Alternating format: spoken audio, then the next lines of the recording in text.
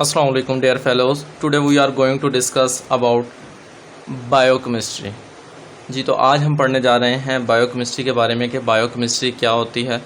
तो बायोकेमिस्ट्री को हम केमिस्ट्री के हवाले से भी डिफ़ाइन कर सकते हैं और बायो के हवाले से भी, लेकिन फ़र्क कहाँ पर आता है? फ़र्क यहाँ पर आएगा जिस वक्त हम बायो के अंदर इसको डिफ़ाइन करते हैं तो हम कहते हैं it is a branch of biology, और जब हम इसको केमिस्ट्री के अंदर डिफ़ाइन करते हैं तो हम कहते हैं it is a branch of chemistry. तो क्योंकि हम जोलॉजी पढ़ रहे हैं और जोलॉजी के हवाले से अगर हमने इसको डिफ़ाइन करना है तो हम इसको इस तरह से कह देंगे, biochemistry is a branch of biology which deals with the study of chemicals. ये क्या है?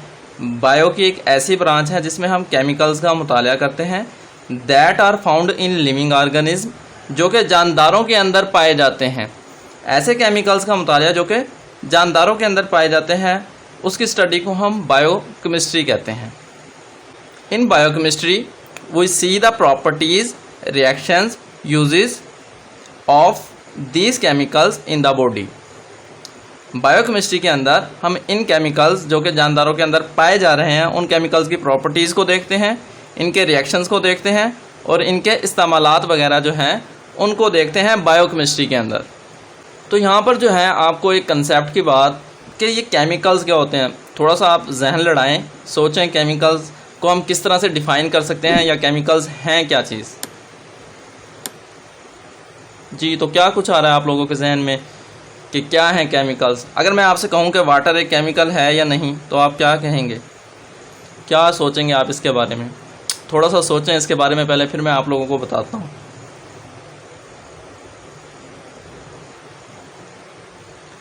जी तो केमिकल्स जो हैं, केमिकल्स इस तरह की तमाम स्पीशीज़ हैं जो आगे केमिकली रिएक्ट कर सकती हैं, which have the ability to react or which are found by the combination of different kind of substances when they chemically combine.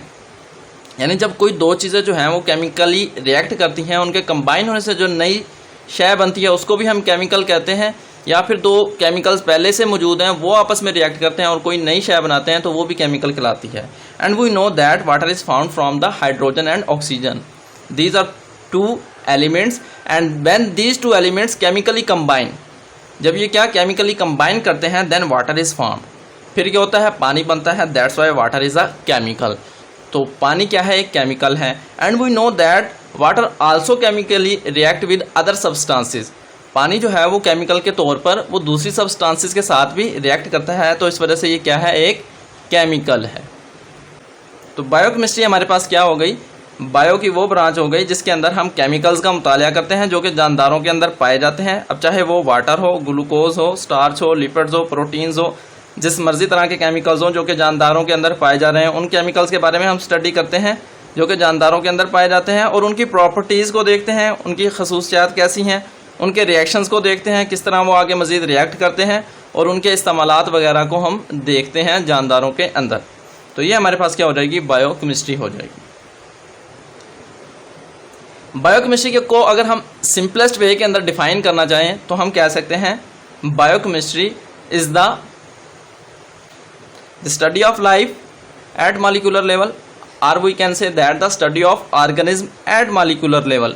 जब हम लाइफ को स्टडी करते हैं मॉलिक्यूलर लेवल के ऊपर, या फिर हम किसी जानदार को जो है मॉलिक्यूलर लेवल के ऊपर जब स्टडी करते हैं तो वो हमारे पास क्या होती है? वो हम एक्चुअली बायोकेमिस्ट्री के साथ डील कर रहे होते हैं।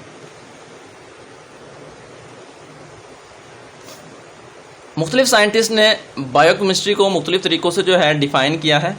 यहाँ पर जो है आपके कोर्स में जो शामिल है वो सबसे पहले आता है हार्पर। हार्पर के मुताबिक जो बायोकेमिस्ट्री है वो क्या है? It is the study of chemicals. ये केमिकल्स की स्टडी है that are found in living sales.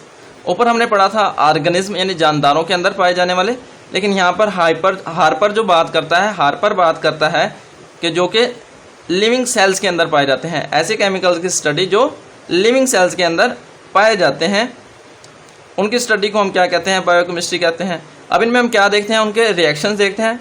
We see the reactions of these chemicals that are found in living cells and the processes in which they are used.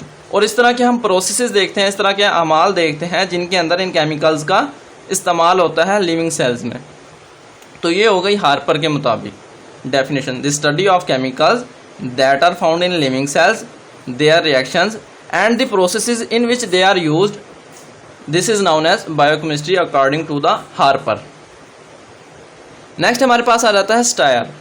Stair के मुताबिक biochemistry है जी the study of chemistry of life process.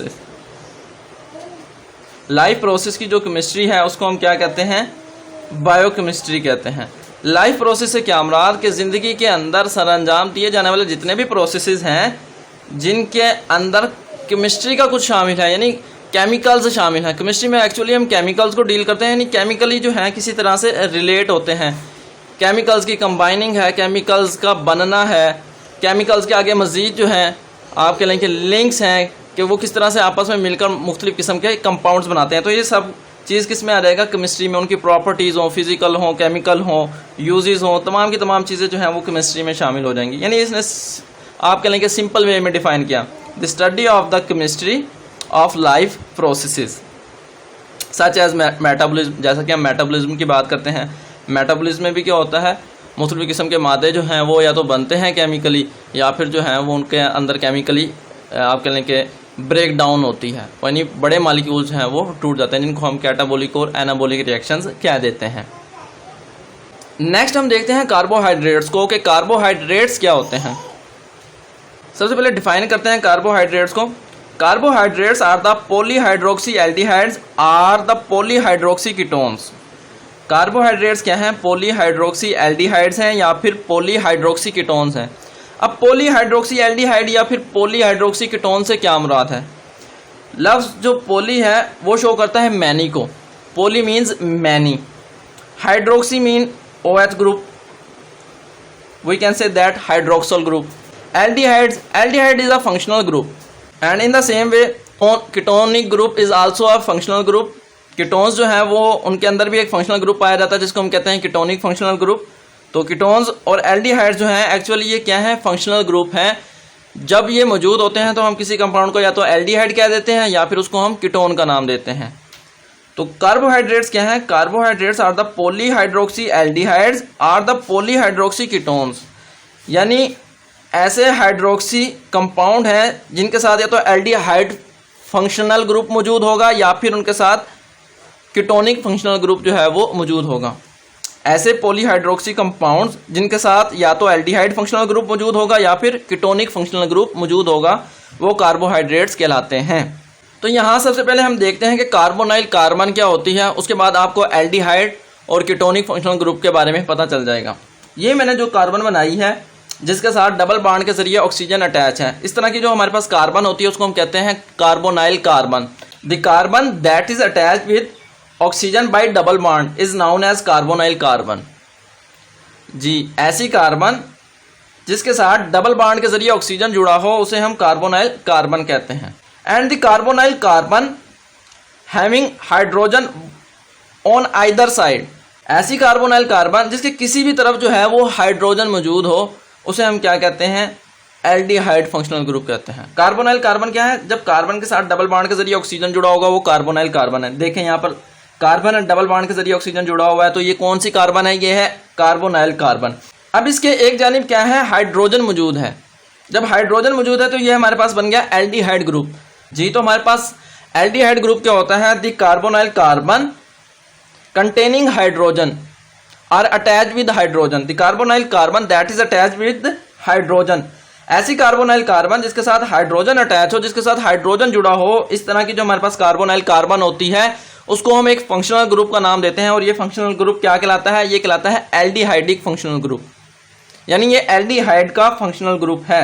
और दूसरी जानिब अगर carbonyl carbon के साथ दोनों जानिब या तो कार्बन अटैच हो यहाँ पर आर की जगह पर, या फिर अल्काइल ग्रुप, यहाँ पे आर से मुराद है alkyl group, methyl, ethyl, propyl, ETC, CH3, C2H5, C3H7, इस तरह के जो सारे कंपाउंड है जो सीरीज आती है इनको हम कहते हैं अल्काइल ग्रुप। तो या तो यहाँ पर क्या हो, कोई अल्काइल ग्रुप मौजूद हो या फिर हम कह सकते हैं कि कार्बन एटम मौजूद हो दोनों जगह पर। तो इस तरह का जो हमारे पास कार्बोनाइल कार्बन होगा उसे हम कहते हैं ketonic functional group. We can say that the carbonyl carbon having alkyl group on both side, या फिर ऐसी कार्बोनाइल कार्बन जिसके दोनों जानिब अल्काइल ग्रुप मौजूद हो उसे हम क्या कहते हैं, कीटोनिक फंक्शनल ग्रुप कहते हैं। उसके बाद जी वो कहता है जी कार्बोहाइड्रेट्स आर फाउंड अबंडेंटली, जो कार्बोहाइड्रेट्स हैं वो अबंडेंटली पाए जाते हैं, यानी बहुत ज़्यादा तादाद के अंदर पाए जाते हैं। They are composed of carbon, hydrogen, oxygen, nitrogen, phosphorus, sulphur, etc। Carbohydrates के अंदर carbon, hydrogen, oxygen, nitrogen, phosphorus, sulphur वगैरह जो है वो मौजूद होते हैं। But the carbohydrates mostly contain carbon, hydrogen and oxygen. Carbohydrates के अंदर जो ज़्यादातर पाए जाते हैं वो कार्बन, हाइड्रोजन और ऑक्सीजन ही पाए जाते हैं। But sometimes the carbon, hydrogen and oxygen may also contain nitrogen, phosphorus and sulphur. लेकिन बाज़ औक़ात क्या होता है, कार्बन, हाइड्रोजन और ऑक्सीजन के अलावा इनके साथ जो है वो नाइट्रोजन मौजूद हो सकता है, फास्फोरस मौजूद हो सकता है या फिर सल्फर मौजूद हो सकता है। नेक्स्ट वो कहता है carbohydrates literally means hydrated carbons. Carbohydrates का जो लफ्जी मतलब है वो क्या है, हाइड्रेटेड कार्बन है। हाइड्रेटेड कार्बन से क्या मुराद, यानी ऐसे कार्बन जिनके साथ वाटर का मॉलिक्यूल मौजूद हो। इस तरह के जो हमारे पास कार्बन होते हैं उनको हम कहते हैं हाइड्रेटेड कार्बन, या फिर इनको हम कह सकते हैं हाइड्रेटेड कार्बन कह सकते हैं, कार्बन हाइड्रेट्स कह सकते हैं, या फिर हाइड्रेट्स ऑफ कार्बन कह सकते हैं। तो इस तरह से हम क्या इनको कार्बोहाइड्रेट्स को पुकार सकते हैं, यानी मुख्तलिफ नेम्स के साथ इनको पुकारा जा सकता है। Their general formula is CxH2O into Y। इनका जो जनरल फार्मूला है वो CxH2O की Y है। इससे क्या मुराद, X और Y क्या हैं, कोई भी आप कह लें, आपके पास डिजिट हो सकता है 1 2 3 4 5 6 7 8। But in carbohydrates this digit starts from 3 to onward, यानी 3 से ज़्यादा ही होंगे हमेशा, क्योंकि जो हमारे पास मोनोसैकराइड्स होते हैं उनमें कम से कम वो सिंपलेस्ट शुगर्स हैं या सिंपलेस्ट कार्बोहाइड्रेट्स हैं जिनके अंदर कम से कम 3 कार्बन एटम मौजूद होते हैं। तो इससे क्या मुराद कि कम से कम जो X की वैल्यू है वो 3 होती है। X और Y जो है वो सेम भी हो सकते हैं और डिफरेंट भी हो सकते हैं, यानी जो नंबर है X और Y ये क्या होगा, या तो सेम हो सकता है या फिर डिफरेंट हो सकता है। मिसाल के तौर पर अगर 3 की बात करें, यहाँ पे 3 है तो यहाँ पे भी 3 से मल्टीप्लाई हो सकता है, या फिर दोनों में जो है वो चेंज भी आ सकता है। उसके बाद आ जाती है क्लासिफिकेशन, कार्बोहाइड्रेट्स की क्लासिफिकेशन, कि कार्बोहाइड्रेट्स को हम किस तरह से क्लासीफाई कर सकते हैं। Carbohydrates are classified into 3 main classes. Carbohydrates को आगे हम 3 मेन क्लासेस के अंदर तकसीम करते हैं। अब वो 3 क्लासेस कौन कौन सी हैं, नंबर 1 मोनोसैकराइड, दूसरा हमारे पास आ जाते हैं ओलिगोसैकराइड, और तीसरा हमारे पास आ जाता है पॉलीसैकराइड्स। मोनो कहते हैं 1 को, और सैकराइड मीन शुगर, यानी जिनके अंदर एक शुगर का मॉलिक्यूल मौजूद होगा उनको हम कह देते हैं monosaccharides. Actually the word saccharide is derived from the Greek word saccharon, जिसका मतलब होता है sugar. Mono mean 1 and saccharide is derived from the word Greek word saccharon which is meant by sugar, जिसका मतलब क्या होता है, शुगर होता है। Mono mean 1 and saccharide is derived from the word Greek word saccharon meaning sugar। तो इसको हम कह सकते हैं मोनोसैकराइड को the carbohydrates having 1 sugar, ऐसे कार्बोहाइड्रेट जिनके अंदर सिर्फ एक शुगर का मॉलिक्यूल होता है। we can say that the monosaccharide having 1 sugar molecule, ऐसे मोनोसैकराइड जिनके अंदर सिर्फ शुगर का एक मॉलिक्यूल मौजूद होता है वो मोनोसैकराइड कहलाते हैं। नेक्स्ट हमारे पास आ जाता है oligosaccharide. Oligo mean a few, saccharides mean sugar. The carbohydrates containing a few number of sugar molecules, जिनके अंदर चंद जो हैं वो शुगर के मॉलिक्यूल प्रेजेंट होते हैं उनको हम ओलिगोसैकराइड कहते हैं। इसी तरह से अगर हम पॉलीसैकराइड्स की बात करें, poly mean many and saccharides mean again sugar. The carbohydrates containing many sugar molecules are known as polysaccharides, उनको हम क्या कह देते हैं, पॉलीसैकराइड्स का नाम देते हैं। अच्छा, जब हमने यहाँ पर बात की थी, यहाँ से पर एक बात रह गई थी, हमने कहा कि कार्बोहाइड्रेट्स क्या है, पॉलीहाइड्रोक्सी एल्डिहाइड या फिर पॉलीहाइड्रोक्सी कीटोन्स हैं। और we can also say that the carbohydrates may give polyhydroxy aldehydes और पॉलीहाइड्रोक्सी कीटोन्स ऑन हाइड्रोलिसिस, या फिर जो है ये इस तरह की सब्सटेंसेस पर मुश्तमिल होते हैं जो कि क्या करते हैं, हाइड्रोलाइज होने पर या तो पॉलीहाइड्रोक्सी एल्डिहाइड्स देते हैं या फिर पॉलीहाइड्रोक्सी कीटोन्स के मॉलिक्यूल्स प्रोड्यूस करते हैं। The carbohydrates may be the polyhydroxyaldehydes or polyhydroxy ketones, or they may be the substances or molecules that give polyhydroxy aldehydes और पॉलीहाइड्रोक्सी कीटोन्स ऑन हाइड्रोलिसिस, या फिर वो हाइड्रोलिसिस पे क्या करते हैं, पॉलीहाइड्रोक्सी एल्डिहाइड्स या फिर पॉलीहाइड्रोक्सी कीटोन्स के मॉलिक्यूल्स प्रोड्यूस करते हैं। इस तरह के मॉलिक्यूल्स भी हमारे पास कार्बोहाइड्रेट्स कहलाते हैं।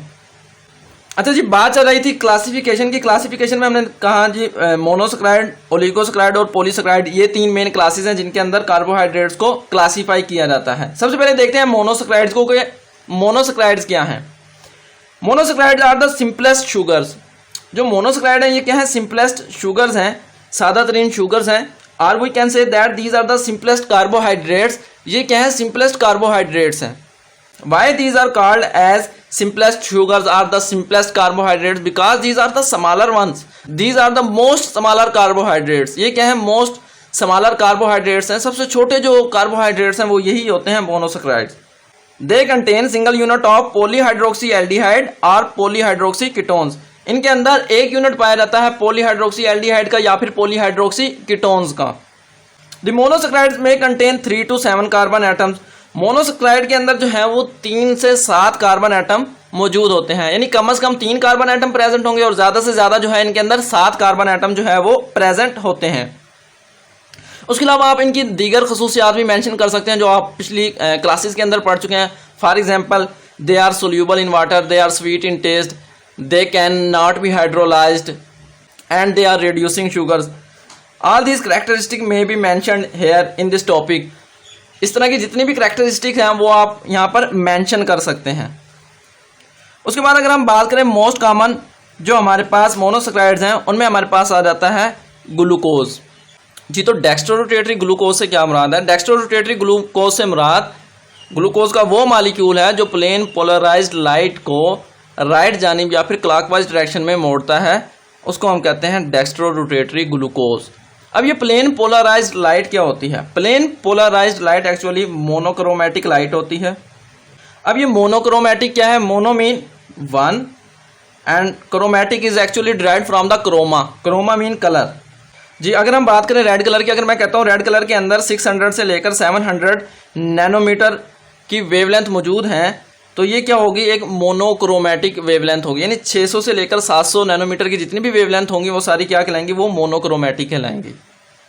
तो मोनोक्रोमैटिक लाइट को जो राइट जानिब या फिर क्लॉकवाइज डायरेक्शन में मॉलिक्यूल्स मोड़ते हैं उनको हम कहते हैं डेक्स्ट्रोरोटेटरी, और जो एंटी क्लॉकवाइज या फिर लेफ्ट साइड पर मोड़ते हैं मोनोक्रोमैटिक लाइट को या फिर प्लेन पोलराइज्ड लाइट को, उनको हम लीवोरोटेटरी मॉलिक्यूल्स बोलते हैं। उनके साथ हम एल लगा देंगे लीवोरोटेटरी के साथ, और डेक्स्ट्रोरोटेटरी के साथ हम वर्ड जो है वो डी लगा देते हैं। तो यहाँ पे डी ग्लूकोज है, यानी मोस्ट कॉमन जो मोनोसैकेराइड है वो कौन सा है, वो डेक्स्ट्रोरोटेटरी ग्लूकोज है।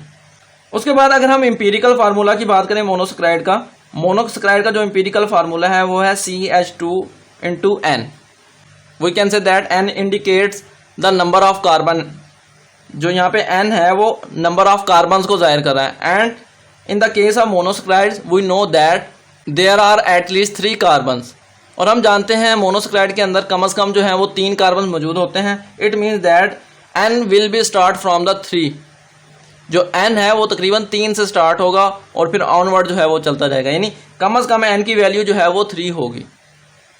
The smallest value of N here will be the 3, जो यहाँ पे छोटी से छोटी वैल्यू होगी N की वो कितनी होगी, 3 होगी। क्यों 3 होगी, क्योंकि हमने कहा इनके अंदर 3 से लेकर 7 तक कार्बन एटम्स होते हैं। ये इनका क्या है, एम्पिरिकल फार्मूला है। अब हमने क्या इनका मॉलिक्यूलर फार्मूला अगर डिटरमिन करना है तो यहाँ पे हम क्या करेंगे, N को रखेंगे, यानी N से मुराद नंबर ऑफ कार्बन एटम्स है, यानी यहाँ पे कार्बन एटम्स की तादाद जो है वो पुट करेंगे। अब इनके अंदर कम से कम 3 कार्बन एटम पुट होते हैं, तो कम से कम यहाँ पे N की वैल्यू 3 होगी, और ज़्यादा से ज़्यादा आप कह सकते हैं कि 7 होगी, क्योंकि जो मोस्ट मोनोसैकेराइड हैं वो 3 से लेकर 7 कार्बन एटम पर मुश्तमिल होते हैं।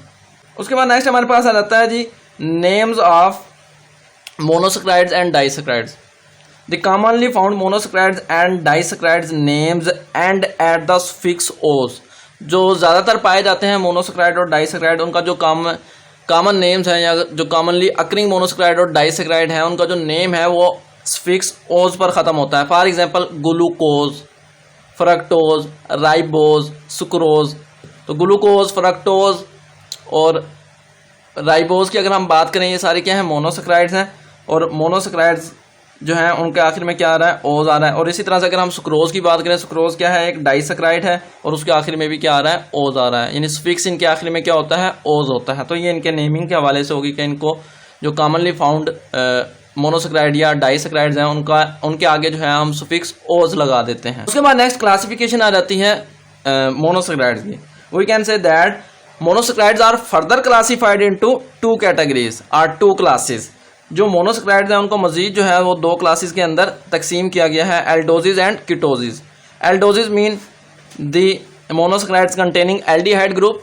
ऐसे मोनोसेक्राइड जिनके अंदर एल्डिहाइड ग्रुप मौजूद होता है, that are known as aldoses, उनको हम एल्डोजिस का नाम देते हैं। For example glyceraldehyde, glyceraldehyde हो गया। इसी तरह से अगर हम बात करें ग्लूकोज की, ग्लूकोज भी क्या है, हमारे पास एक एल्डोज शुगर है। और इसी तरह से अगर हम बात कर लें राइबोज की, जो कि एक 5 कार्बन शुगर है, तो उसके अंदर भी जो है वो एल्डिहाइड ग्रुप मौजूद होता है, यानी वो भी एक एल्डोज शुगर है। इसी तरह से अगर हम बात करें कीटोजिस की, कीटोजिस क्या है, दी मोनोसेक्राइड्स कंटेनिंग कीटोनिक ग्रुप। ऐसे मोनोसेक्राइड जिनमें क्या होता है, कीटोनिक ग्रुप मौजूद होता है, उनको हम कीटोजिस कह देते हैं या कीटो शुगर कह देते हैं।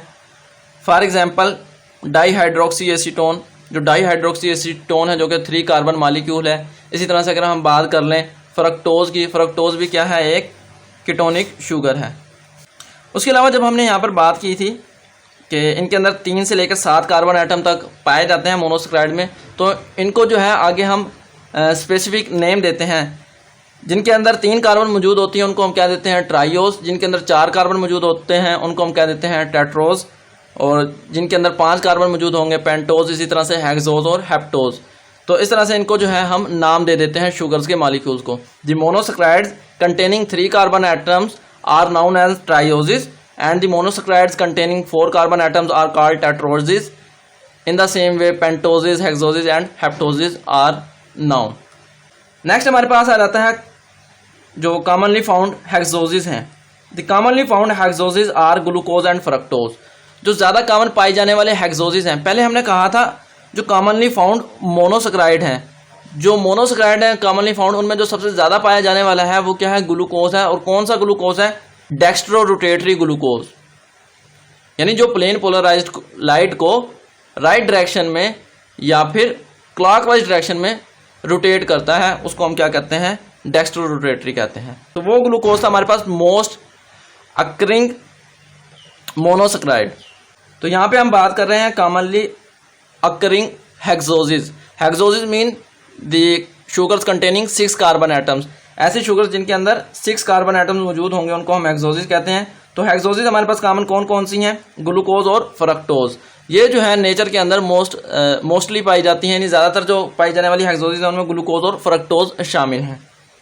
इसी तरह से अगर हम बात करें कॉमनली अक्रिंग पेंटोसिस की, तो कॉमनली अक्रिंग जो पेंटोसिस हैं उनमें राइबोज शामिल है और उसके अलावा जो है वो 2-डीऑक्सी डी राइबोज शामिल है। यहाँ पे भी जो ये राइबोज है ये भी डेक्स्ट्रो रोटेटरी राइबोज है, और यहाँ पे जो 2-डीऑक्सी डी राइबोज है ये भी डेक्स्ट्रो रोटेटरी 2-डीऑक्सी राइबोज है।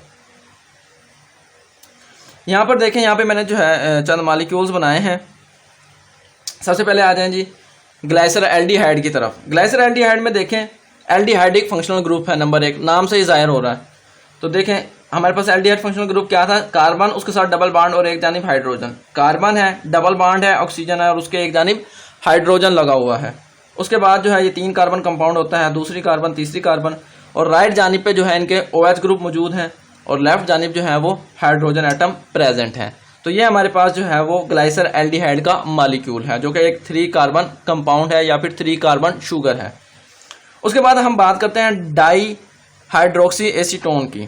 डाई हाइड्रोक्सी एसीटोन के अंदर कीटोनिक फंक्शनल ग्रुप मौजूद होता है, और कीटोनिक फंक्शनल ग्रुप हमारे पास आज carbon double bond oxygen, carbon double bond oxygen, और दोनों जानिब मैंने कहा था या तो R ग्रुप यानी अल्काइल ग्रुप मौजूद होगा या फिर कार्बन एटम्स मौजूद होंगे। तो देखें दोनों जानिब कार्बन एटम प्रेजेंट हैं, तो इस वजह से ये क्या है, एक कीटोनिक फंक्शनल ग्रुप है।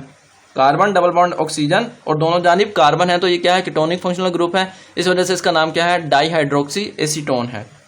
इसी तरह से अगर हम बात करें हमारे पास जो पेंटोसिस थी जिसमें हमने कहा सबसे पहले राइबोज की बात की, तो राइबोज का देखें आप जो स्ट्रक्चरल फार्मूला है ये क्या है, एक राइबोज जो है वो एक एल्डो शुगर है, 5 कार्बन शुगर है और एल्डो शुगर है, यानी इसके अंदर 5 कार्बन पाए जाते हैं और इसके अंदर एल्डिहाइड ग्रुप मौजूद होता है।